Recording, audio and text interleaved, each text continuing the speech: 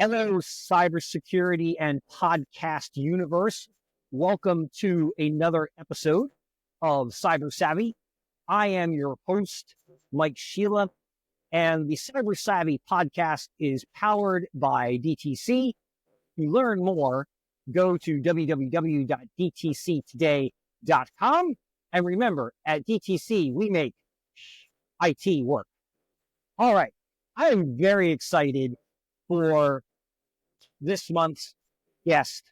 Tasha Cornish and I have known each other for several years, both cyber nerds, both been in this industry for a long time, working with businesses in the Mid-Atlantic marketplace and now beyond. And I know Tasha's going to get into that in this episode. So Tasha Cornish, Executive Director of Cybersecurity Association Incorporated. Welcome to the Cyber Savvy podcast. Great to see you. Great to see you too. Thanks so much for inviting me, Mike. Yeah, this conversation is going to be great because I believe what your organization is doing is so critical to the business community in the United States getting to where it needs to be sooner rather than later. And, you know, I'm sure that's going to come up in the topics that we hit today. But first, I like to call the opening segment Business Person, where you as a person in business, tell us a little bit about yourself. Now, I know about your fondness for a good pumpkin muffin and a latte, but, you know, tell our community a little bit about you as the person without the cyber part of the stuff. Sure. So I think it's important to start that I grew up in Maine. It's a really important part of my origin story. It was a lovely place to grow up. I'm very connected to nature and to my family and to the quieter activities of life, I think because of that. I lived in Maryland now since 2010. I moved down here originally to pursue a career in medicine, in research, in public health. And that's what I spent the first 8 to 10 years of my career doing. I had a wonderful time working with very diverse populations within the Maryland area. And then at the end of 2020, I said, you know, it's time to do something new. So I had been running an organization for older adults at that point. And I found this listing for the Cybersecurity Association, and I applied for it. So that is how I have been here now for 4 years. When I'm not thinking about, dreaming about, doing all sorts of things I do as part of this job to grow the cybersecurity community. I like to spend time with my husband and my dog here in Baltimore City. We live in a lovely neighborhood that has lots of amenities. So we can often be seen looking around, visiting the many businesses. When I need a little bit of a break, I love to escape to Western Maryland and point farther to go to the mountains and just spend some time again connecting with myself and those that I love. So the main connection with the mountains, I totally get that. I've only been to that part of New England once or twice in my life, but it's positively gorgeous. What kind of dog? I have a Shiba Inu. Okay. I don't know what that is. Are you familiar with the Dogecoin? No. Okay, so Dogecoin is a type of coin. There's also Inu coin.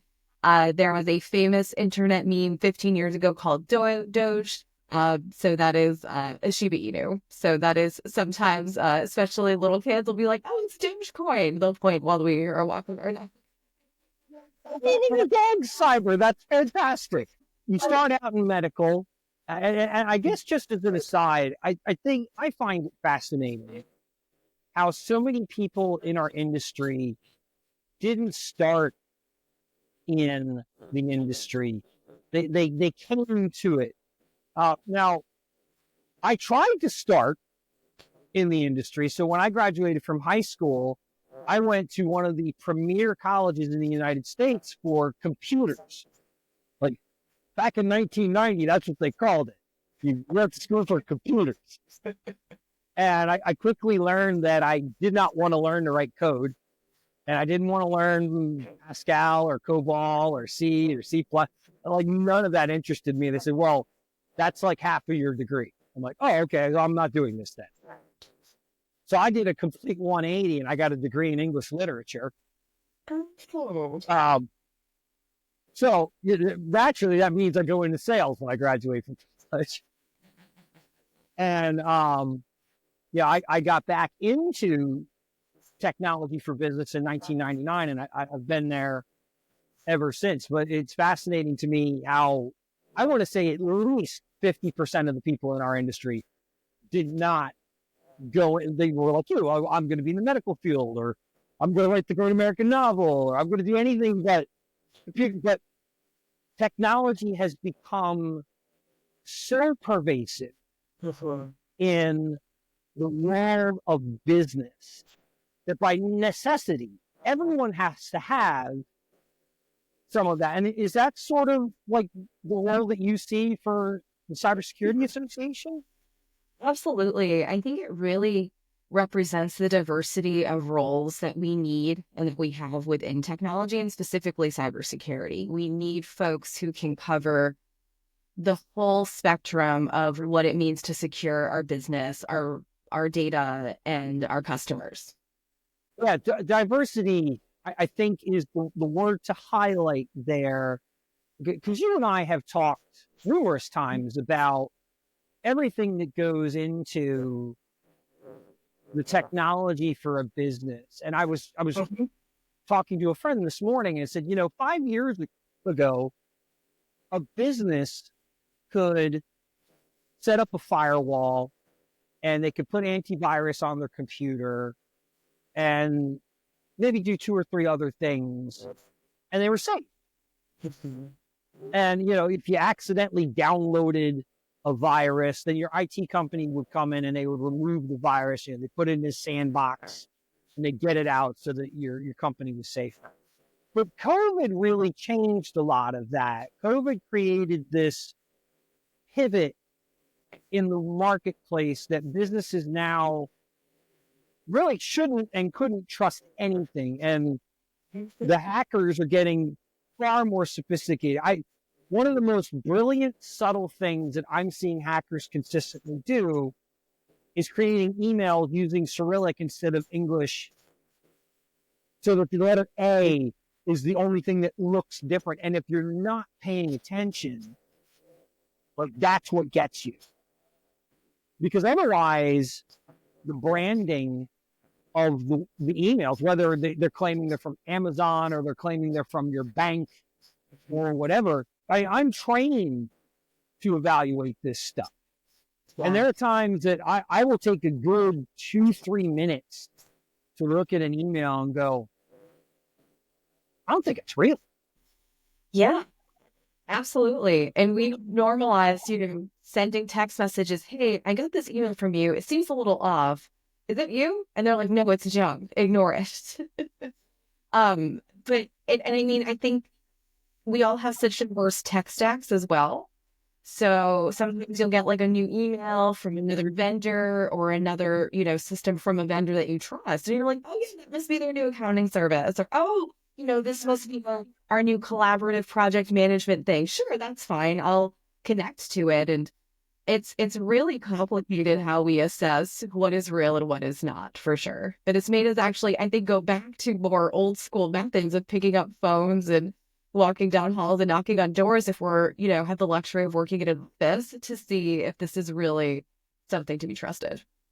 Yeah, analog verification has become increasingly important. So I started with DTC at the end of September, and I cannot tell you how many text messages and emails I've gotten from the owner, Steve, that say, hey, Mike, I need to talk to you. Can you, contact me at this link, or here's my WhatsApp. And I'm like, really? The owner of the company's going to use WhatsApp to communicate with me? Right. But there are scenarios where, somebody that's new to a company, maybe they don't know that. and they fall prey to that. And so, like, are you having those conversations with the people that you interact with on a daily basis? Definitely, all the time. And I think the wonderful thing about my job is I get to work with so many talented folks like yourselves and our members who are really living this day in and day out. But I also get to talk to a lot of people who aren't.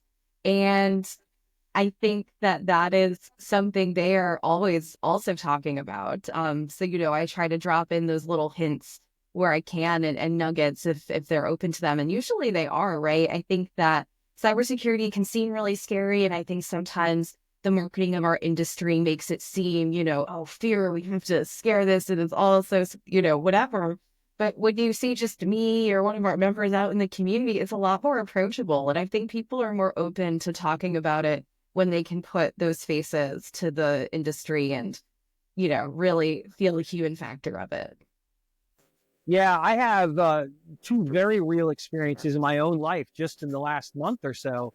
So my wife's aunt, she's in her 70s now, and she just moved into a retirement community not too far from us, just down the street. And I'm default tech support for my family. Like, I know enough to be dangerous. So if something goes wrong, whether it's my aunt in North Carolina or my wife's aunt across the street or my uncle in New York, I'm getting the call, hey, how do I deal with this?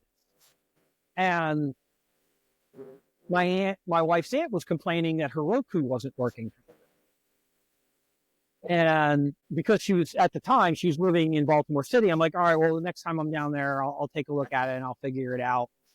And a couple of days later, we get a message from her that says, oh, well, Microsoft contacted me and said that my account had been hacked, and that's why my Roku isn't working.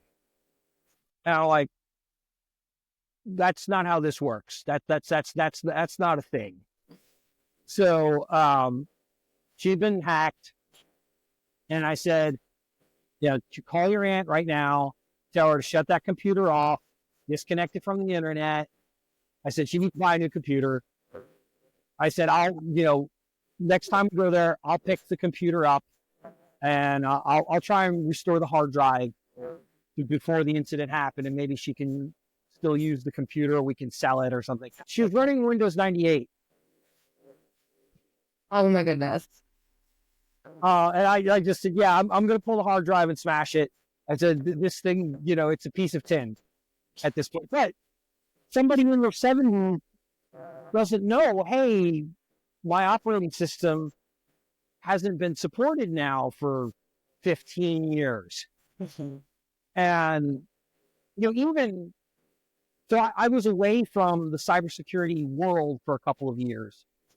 And that was a real wake-up call to me because I'm used to being around people that are, when it comes to cyber, way smarter than me. But when you work in an office where cybersecurity is not the focus of the business, the average everyday person on a scale of 1 to 10 is about a 2 as far as what can and cannot impact them. And that's, I'm guessing, that's part of what the Cybersecurity Association wants to do. They want to educate. Absolutely. It's a huge part of our pillars. So I know that it used to be called CAMI. Mm-hmm. And the M in CAMI was for Maryland. And you made the decision to really increase the outreach. And so now you're doing events outside of Maryland as well. So talk to me about how and why that evolved and became important for the Cybersecurity Association. Yeah, so we were founded, actually next year is our 10-year anniversary. So we were started in 2015, and as you summarized, it really was focused on Maryland-owned businesses, headquartered businesses created by Maryland residents to increase cybersecurity awareness and sales, basically, of those services and those products. And I only know the Cyber Association post-COVID. So when I came in 2021, it was very clear that our companies were hiring folks from all over the country. Our members were no longer just here. And our state because we have a lot of government agencies here, because we have a lot of state regulations, more so than some other states. We require a lot of folks to do this work. And a lot of those companies were also using Maryland as an inroads to the national defense world. And it really it didn't reflect who our members were. It didn't reflect the opportunities where we could go with our members. And as we position ourselves as a resource center, there's a lot of misunderstanding about what we were as the Cybersecurity Association of Maryland. People thought we were a government agency. They thought we were a training school. They thought we were a whole host of things. And so by minimizing the words in our name, hopefully they will see very clear Cybersecurity Association. And we've worked a lot in the past year to really shore up that branding and just breathe into our new identity. Use the magic word, resources. You're a nonprofit. Mm-hmm. You're out there to serve the business community. Mm-hmm. Talk to me about the resources that you're delivering and who takes advantage of them. Yeah. Or who you want to take advantage of. Absolutely. So we organized our activities into our 3 centers of excellence a few years ago. So I'll go through the 3 of them. It will end with cyber resilience because that really is a huge piece of who we are. But our Center for Business Growth and Innovation is really focused on those small to medium-sized businesses, Maryland-based or not, who want to grow and who really are critical to our national defense. I think a lot of times when people think of cybersecurity, they think of all these really large contractors and all these companies that we all know about. But so much of the work is done by these smaller, innovative companies and the folks who work at them. And if they don't know their customer, right? If they don't understand marketing or sales or any of those business activities, finance, it's going to be really hard for them to continue to grow their business and complete their mission. So we provide a host of activities, networking events, business summits, different webinars, and the different interest groups that I mentioned to bring those folks together so they can grow their business. Secondly, we have talent acquisition. So sure, this is a center for students and other job seekers, but it really was created as a center for the employer to make sure that they understand skills-based training. If they want to create on-the-job training opportunities at their company, what does that look like? And we also do a lot of advocacy out of that center for more investment at the state and also federal levels in workforce development to make sure that we have the workforce that we need for now and the future, which is critically important.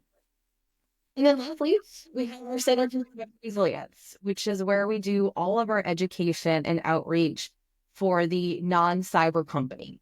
So this could be for cyber professionals, right? We know, again, a lot of folks are growing up in their careers. They want to be connected. This is a great opportunity for them to join one of our practitioner roundtables.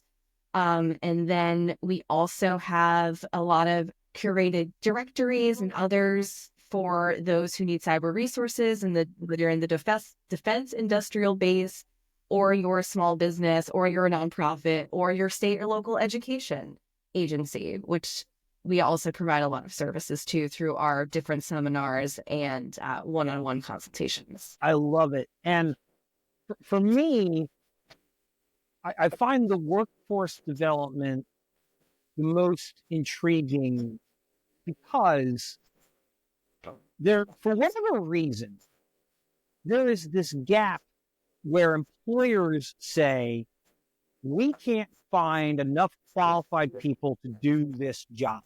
Mm-hmm. And on the other side, you have all of these people that have the degrees and they have the certifications. And they're like, I can't get somebody to respond to my resume.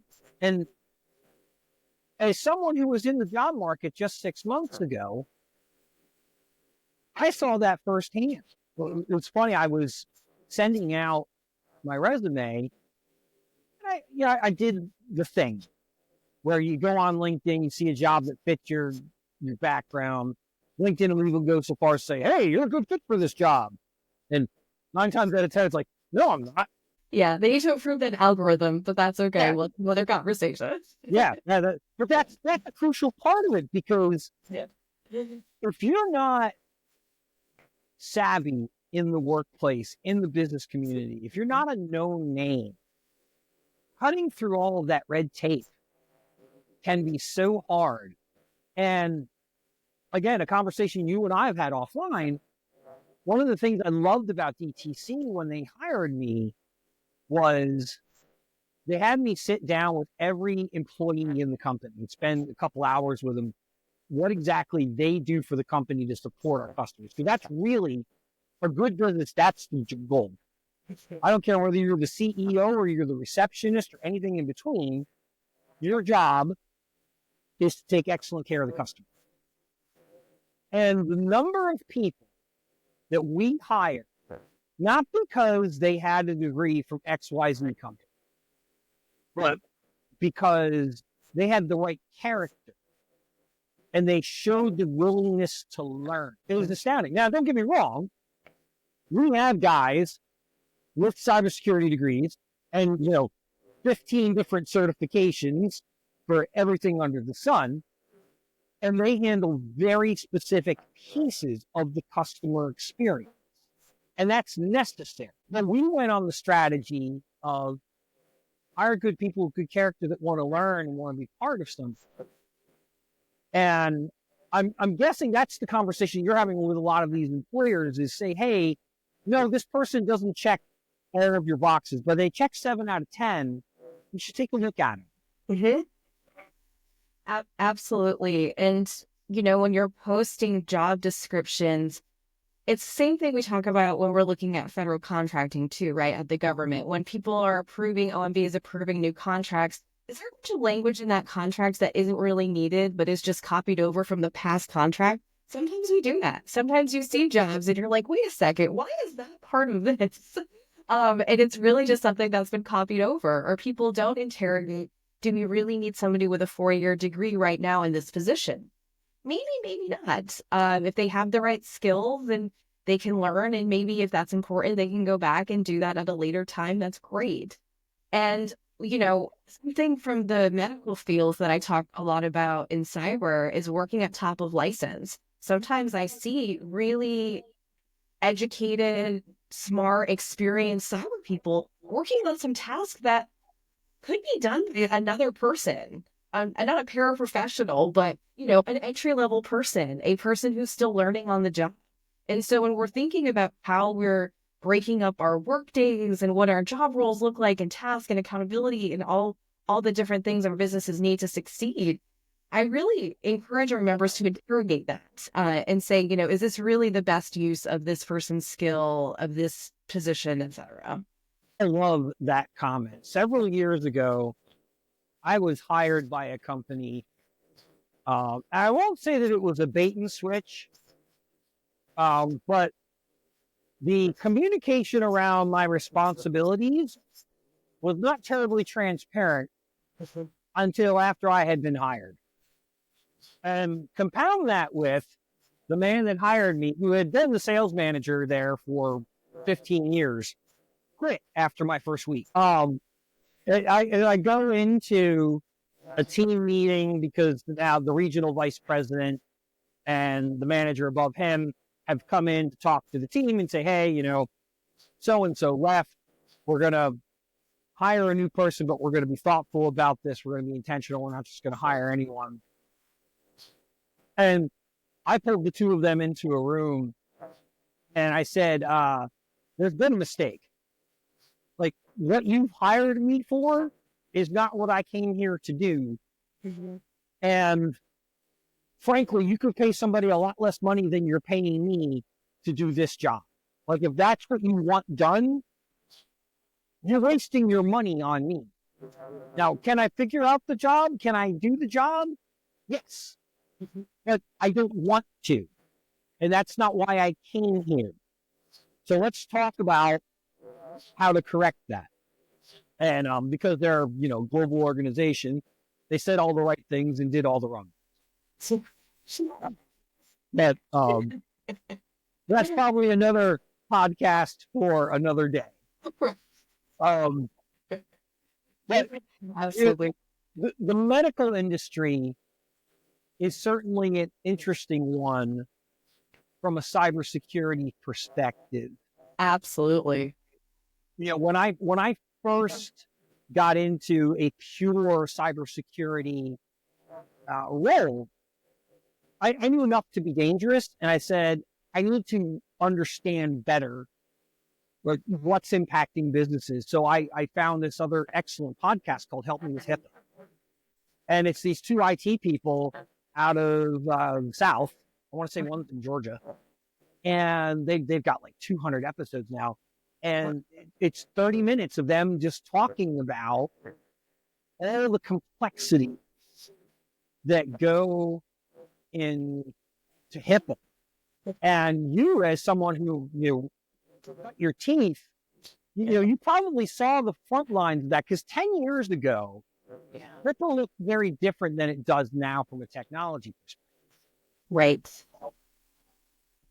No, absolutely. And when I worked at the NIH, I was responsible as a clinical research coordinator to do all of the compliance when it came to the research study. So it was myself responding to the IRB when somebody did not encrypt an internal email that had patient information. And, or I had to tell the FDA when I realized that people had access to information that they didn't need access to, right? So I was thinking about data segmentation and network segmentation and encryption before I even thought about it as that, because it was just part of my job as a clinical research coordinator.